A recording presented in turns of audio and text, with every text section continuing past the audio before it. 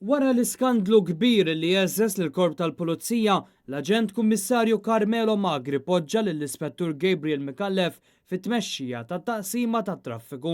Kien fil-11 ta' frar li għadda meta l-medja bdiet tesponi dettalji dwar investigazzjoni li kienet għaddejja fuq għad kbir ta' uffiċjali tal-Pulizija li kienu involuti f'rekit sħiħ li sewa l-eluf ta' euro lill-Korp.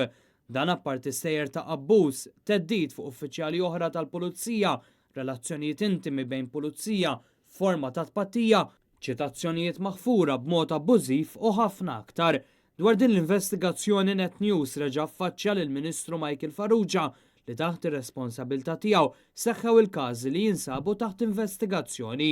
Jiena informat li l-investigazzjoni ta' dejjin ovvjament tista' tifhem li anke meta kont Ministru għall-Intern li l-Pulizija ma nindaħlilhomx fl-investigazzjonijiet tagħhom. Il-Ministru Farrugia nnota li pajjiżna m'għandux ir-riżorsi biex ma jkunux l-uffiċjali tal-Pulizija stess li jinvestigaw li sħabhom. Il-fatt li l-Pulizija qed tinvestiga l-Pulizija stess u qed jgħidonnhom illi jirriżulta illi hemm ċertu riżultati, imma nafx riżultati hemm il-filis issa, imma jidher illi għandhom ċertu dettalji sta li meta jkollhom id-dettalji kollha jittieħdu l-passi. Sissa ħadd mill-uffiċjali taħt investigazzjoni għadu ma tressa quddiem il-qorti u ħafna minnhom għadhom bil-police bail.